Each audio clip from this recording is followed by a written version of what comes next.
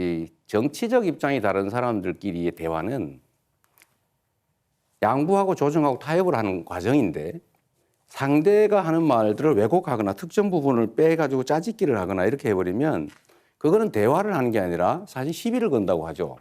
그러니까 그런 것들은 좀 안 하시면 좋겠고 저는 건보 재정이 매우 어렵다. 지금 앞으로도 어떻게 될지 모른다고 하지만 저는 그 낭비적 요인들을 최대한 찾아내는데 그중에 제일 중요한 게 아까 그 문제를 지적을 했던 겁니다.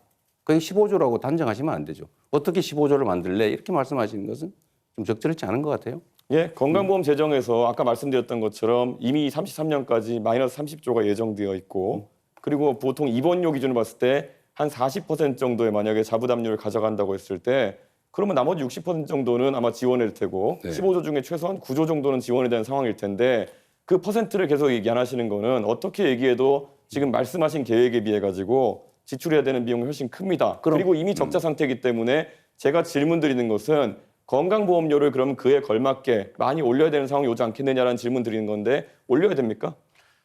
그 전에 우리 이준석 후보는 언제나 그러신 것 같아요.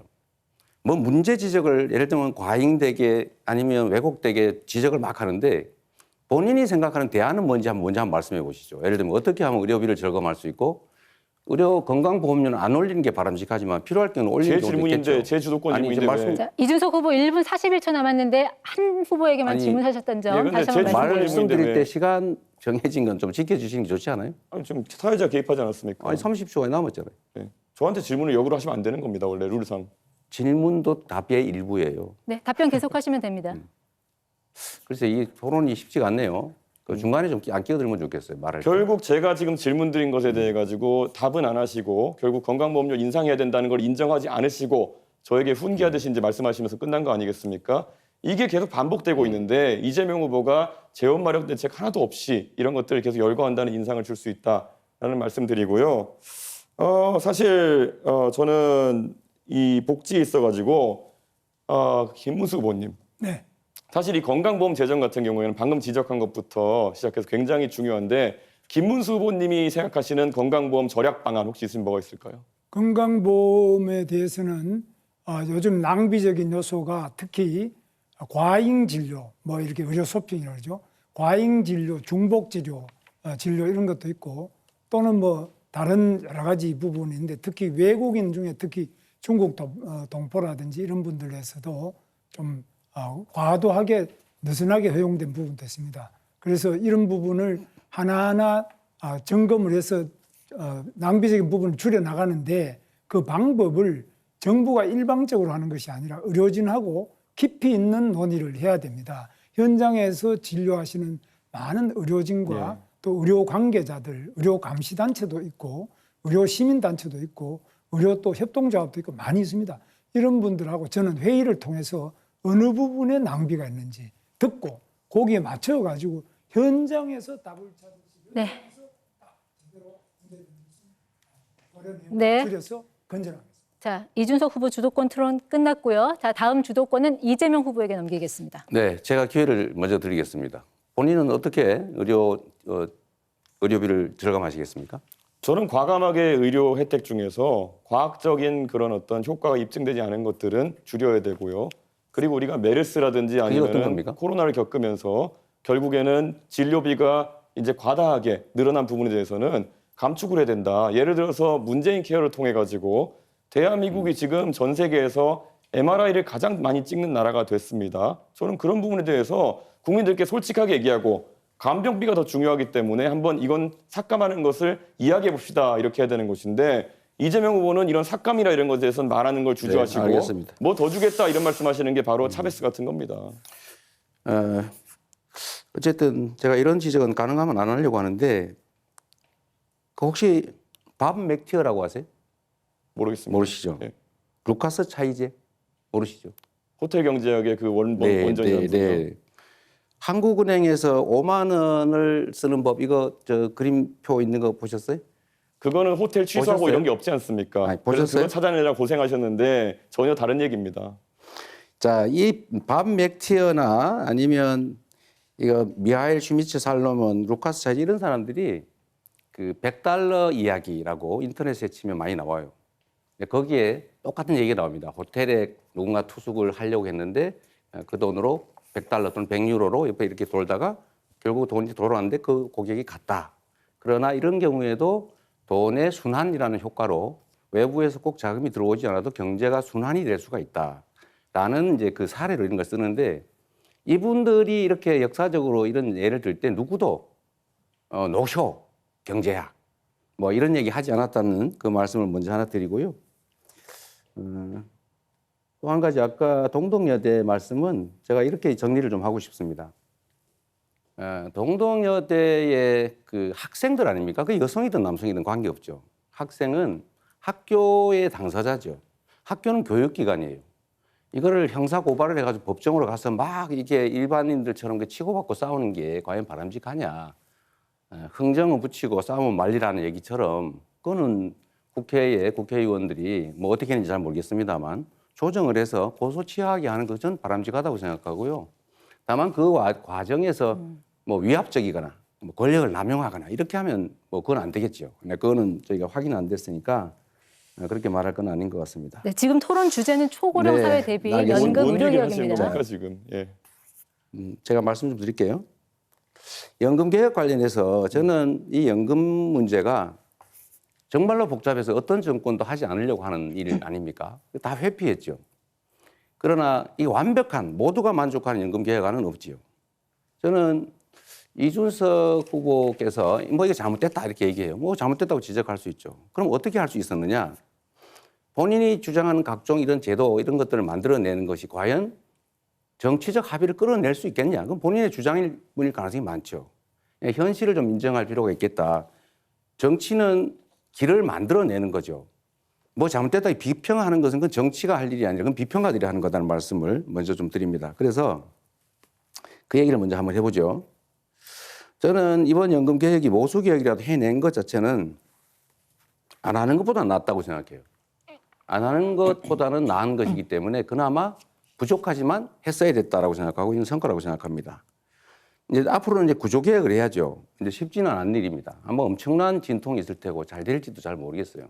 이제 노력을 해야 되겠는데 이런 면에서 보면 우리 그 이준석 후보님은 신구 연금을 분리하자. 그러니까 지금까지 연금 낸 사람들은 따로 앞으로 낼 사람은 따로 이렇게 칸을 쳐가지고 새로 시작하자 이렇게 하시는데 그러면 기존 연금 대상자들에게 연금을 지급하려면 계산상 609조 원이 필요하다고 해요. 그럼 그 돈 누가 냅니까? 일단 그 문제에 대한 답이 좀 필요할 것 같고요. 연금 제도라고 하는 건 기본적으로 세대 간 연대를 하는 것입니다. 이거는 남이 아니잖아요. 부모도 있고 할아버지도 있고 자식도 있고 이게 서로 뭐 보험료도 내고 연금도 받고 하는 것인데 그런 식으로 자꾸 갈라쳐가지고 기존 제도 수혜자, 새로운 대상자 이거 자꾸 갈라치고 남녀 갈라치고 이런 식으로 하는 거 좀 정치인으로서는 적절치 않다고 생각하는데 어떻게 생각하세요? 말 그대로 개변을 하고 계신 거죠. 지금 사회적 연대나 세대 간의 연대 같은 걸 이야기하시는데 이번 합의 과정에서 과연 그러면 이득을 보는 세대는 어디이고 손해를 보는 세대가 어디인가 명백하거든요.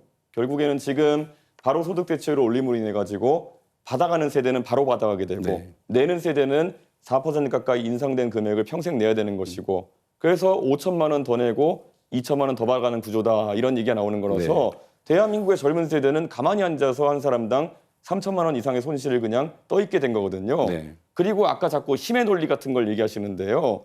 본인들이 네, 입법하는 것이 알겠습니다. 다수라 해가지고 옳은 게 충분히. 아닙니다. 법원 그렇게 겁박하고 하고 네. 본인 방탄하기 위한 입법한다 해서 그게 말씀 옳은 게 되는 게 들었어요. 아니라는 말씀 드립니다. 네. 김문수 후보님은 어떠세요?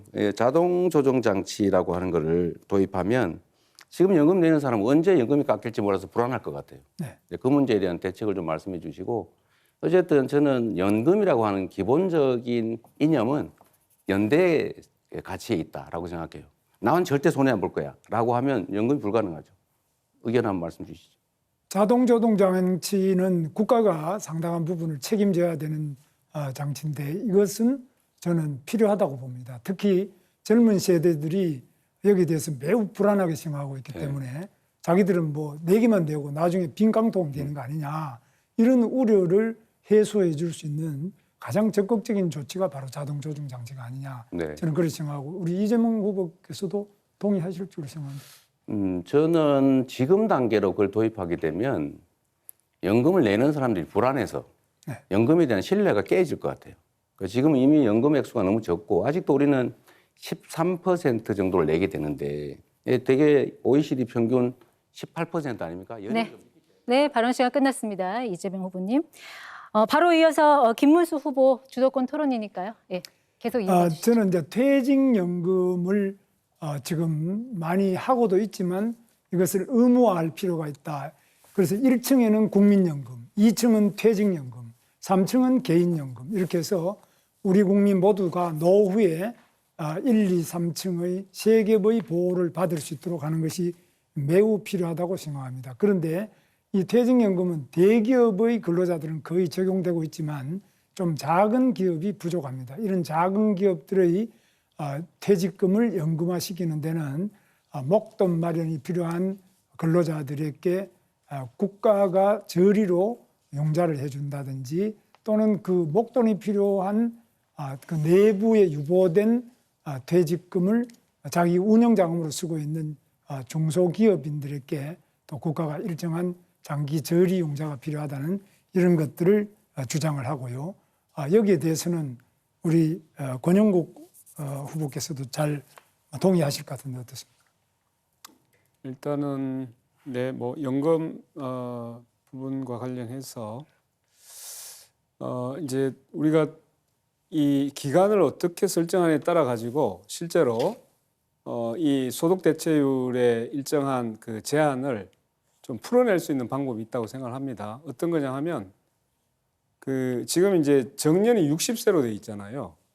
그러면 정년을 65세로 연장을 하고 이 기간을 국민연금의 가입 기간으로 늘리게 되면 그러면 실질적으로 가입 기간이 늘어남에 따라서 소득 대체액이 그만큼 증가하는 효과가 발생하죠. 네. 그래서 저 예. 시간이 짧아가지고 그 정도 말씀드리겠습니다. 네네. 그리고 다음에는 우리 이재명 후보에게 네. 말씀드리는데 이재명 후보께서 지난 작년 1월달에 부산에 가셔서 불행하게도 그런 어려움을 겪으셨는데요.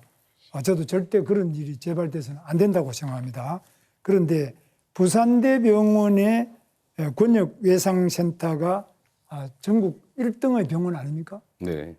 그런데 왜 그러면은 이재명 후보 본인께서 그때 부산대병원이 전국 최고 등급의 외상센터인데 서울대병원으로 옮기셨는데 이 과정에 또 이제 헬기를 타고 오셔가지고 네. 굉장히 이게 황제 헬기 아니냐. 저 사람 대통령 되기 전에 완전히 황제 행세를 하는 거 아니냐. 네. 그리고 저렇게 좋은 지방병원을 두고 왜 그러면 서울대병원으로 가느냐. 또 본인이 또 만든 성남의료원 또 있어요. 또 거기는 안 가요. 그러니까 본인이 그렇게 자랑하고 이게 자신의 최대 치적이라고 하는 성남의료원도 안 가고 또 서울대병원 가요. 그래서 이런 부분에 대해서 국민들이 이거 이상하다. 어떻게 좀 해명을 한번 해주시죠. 네. 뭐 이런 해명을 할 수 있는 기회를 주셔서 감사드립니다. 네. 우선은 그 성남의료원은 왜 안 가느냐. 성남의료원은 아마 혈관 수술하는 그런 인력이 없을 것 같아요. 네, 그럼 뭐 검토를 못 해봤고요. 제가 서울대병원으로 가게 된 것은 일단 우리 가족들이 결국 장기간 입원을 해야 되기 때문에 서울 근처로 하면 좋겠다는 의견을 냈고 또 의료진이 그러면 서울대로 후송하는 게 낫겠다라고 판단해서 그렇게 했다고 합니다. 저야 뭐 그렇게 다치고 누워 있을 때니까 정확하게 잘 모르죠. 그런데 첫째는 그럼 본인이 성남의료원을 그렇게 자랑하고 이게 최대의 치적이라고 하셨거든요. 네. 그런데 거기에 본인이 거기 오면 큰 상처는 아니고 뭐 그렇게 제가 볼 때는 그 성남의료원이 그것도 못할 정도 의료원인가. 성남의료원을 만든 그 굉장히 중요한 역할을 하신 분이 네. 그렇게 볼 때 그러면 제대로 이 성남의료원을 알고 계시는지 그거에 대해서 우선 어떻습니까? 성남의료원은 일반 병원들이 하지 않는 공공의료에 중점을 둔 병원이어서 이거는 뭐 그때 당시에 혈관 수술을 할 수 있는 역량이 있는지 제가 판단할 수 없고요. 두 번째로는 물어보지도 않으시고 잠깐 네. 네. 네, 하세요. 네, 가능하면 기회를 좀 주시면 좋지 않겠습니까?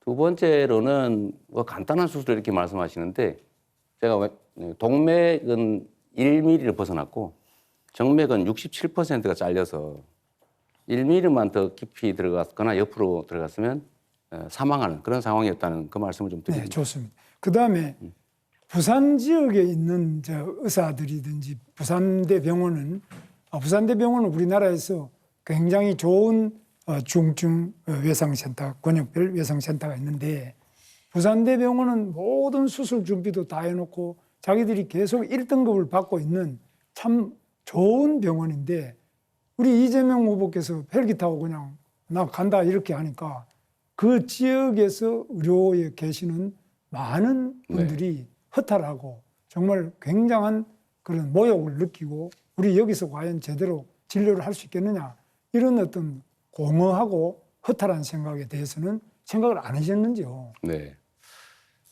부산 시민들이나 부산 의료진들이 그런 좀 박탈감이나 소외감을 느꼈을 그 점에 대해서는 뭐 그때도 그렇고 지금도 제가 아쉽고 또 죄송스럽게 생각합니다. 그러나 또 한편으로 보면 이거는 가족들이 가까이서 개호를 하고 싶다라는 이제 의견을 냈다고 하고 저는 뭐 쓰러져 있었으니까요. 의료진들이 이건 가족들의 요구도 있고 서울대 병원으로 후송하는 게 낫겠다라고 판단했다고 하니까 그 점을 좀 이해를 해주시면 좋겠어요. 그러면 후송을 하더라도 그럼 꼭 헬기를 타고 와야 되느냐? 그렇게 중증이고 그렇게 위험하냐? 그렇게 위험해서 헬기를 이용하지 않으면 안 될 정도였다면 부산에 그대로 계시는 게 맞지 않겠습니까? 그래서 그럼 누가 그러면 어떤 사람은 부산대병원이 전국 1등인데 거기도 싫다 그러고 가족을 찾아서 가는데 그러면 뭐 지방 가서 다친 사람 전부 헬기 타고 자기 가족 옆으로 서울도 다 가야 됩니까? 그래서 그런 말씀은 제가 볼 때는 굉장히 우리 국민들과 의료진을 허탈하게 하고 특히 지역 균형 100번 이야기해봐야 본인의 행동으로 실천 자체가 지역을 너무 무시하는 거 아니냐 이렇게 생각합니다. 네.